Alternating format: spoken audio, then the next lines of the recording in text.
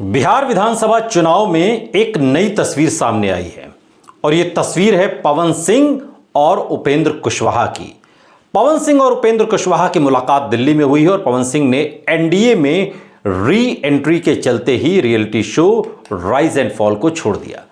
और इसके बाद उनकी उपेंद्र कुशवाहा से मुलाकात की पटकथा पूरी तरीके से तैयार कर दी गई। विनोद तावड़े ने इस मुलाकात के बाद एक बयान दिया और उन्होंने कहा कि पवन सिंह एनडीए में ही हैं और बिहार विधानसभा चुनाव में भी एनडीए के लिए ही काम करेंगे। सवाल यह है कि जिन पवन सिंह को पश्चिम बंगाल की आसनसोल सीट से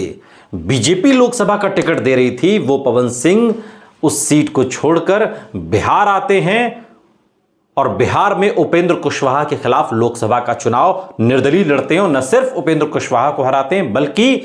आस पड़ोस की जिन सीटों पर उपेंद्र कुशवाहा का असर है वहां से भी बीजेपी चुनाव हारती है, जिसमें औरंगाबाद भी एक सीट है। अब इसमें कोई दो राय नहीं है कि लोकसभा चुनाव में काराकाट से उपेंद्र कुशवाहा की हार में पवन सिंह का बड़ा रोल था और इसके चलते ही आरके सिंह भी आरा से चुनाव हारे और दोनों की हार के पीछे पवन सिंह का काराकाट से चुनाव लड़ना था। औरंगाबाद लोकसभा सीट पर भी बीजेपी की हार के पीछे यही कारण था कि काराकाट से पवन सिंह चुनावी मैदान में थे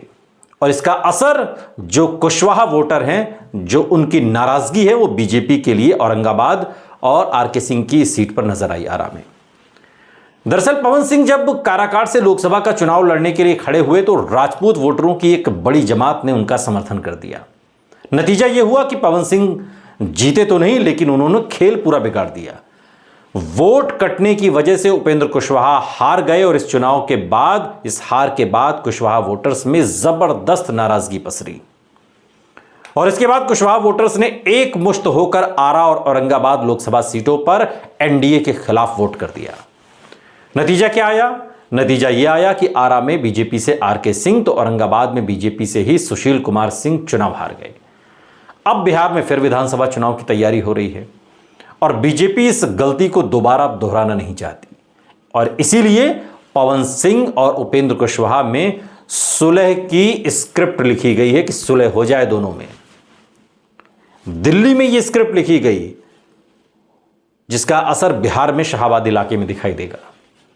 और इसलिए पवन सिंह के साथ बीजेपी के नेता ऋतुराज सिन्हा भी पहुंचे और इस स्क्रिप्ट में करीब करीब से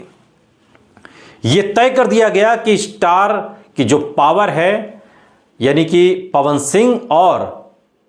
आरएलएम सुप्रीमो यानी कि उपेंद्र कुशवाहा अब एक हो जाएं, यही समय है, सही समय है, ताकि विधानसभा चुनाव में न राजपूत वोटों में बिखराव हो और न ही कुशवाहा वोटर नाराज हों। इस बात को लेकर एक स्क्रिप्ट तैयार कर दी गई, एक माहौल बना दिया गया। बिहार के इस विधानसभा चुनाव में अब लगातार जब नजर बनी हुई है कि एक एक सीट को कैसे अपने पाले में किया जाए, चाहे वो महागठबंधन हो चाहे वो एनडीए हो, ऐसे में पवन सिंह की अब उपेंद्र कुशवाहा से ये मुलाकात, ये नज़दीकी, ये फिर सवाल खड़ा कर रही है कि जब आसनसोल से जीती जिताई सीट पवन सिंह ने ठुकरा दी तो अब इस विधानसभा चुनाव में क्या उनकी मन मुताबिक सीट उन्हें मिलने वाली है। और सिर्फ मन मुताबिक सीट का प्रश्न नहीं है, पवन सिंह जिस कद के स्टार हैं, उनके साथ जो समर्थकों की फौज है, जिन्होंने उपेंद्र कुशवाहा को काराकाट में हराया, जिन्होंने औरंगाबाद में और आरा में नुकसान पहुंचाया, उन समर्थकों का क्या होगा। तो सवाल यह है कि क्या पवन सिंह अपनी ही सीट नहीं मांग रहे हैं अपने लिए विधानसभा की, वो तो उन्हें मिली जाएगी, अपने समर्थकों को भी वो एडजस्ट करने की बात करेंगे, उनके समर्थकों को भी सीट दी जाए, उनके समर्थकों को भी टिकट दिया जाए। इस पर उपेंद्र कुशवाहा कितने सहमत होते हैं, इस पर बीजेपी कितना मानती है और जेडीयू कितना मानती है,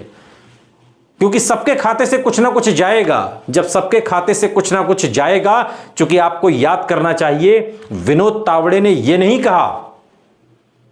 कि पवन सिंह बीजेपी में हैं,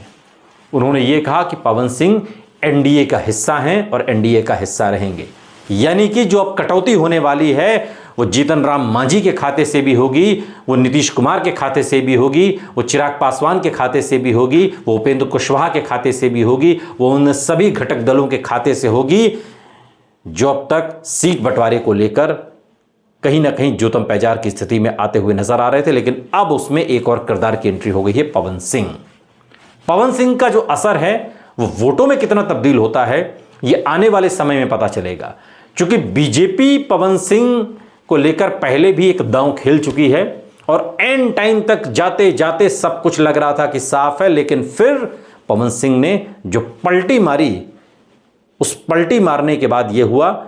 कि एनडीए को ठीक ठाक नुकसान पवन सिंह ने एंड टाइम पर दे दिया। तो इस बार भी अगर उनकी एनडीए में एंट्री हो रही है, अगर उन्हें मन मुताबिक सीटें नहीं मिली तो फिर एंड टाइम पर भी वो एनडीए का ही खेल बिगाड़ने का काम करेंगे।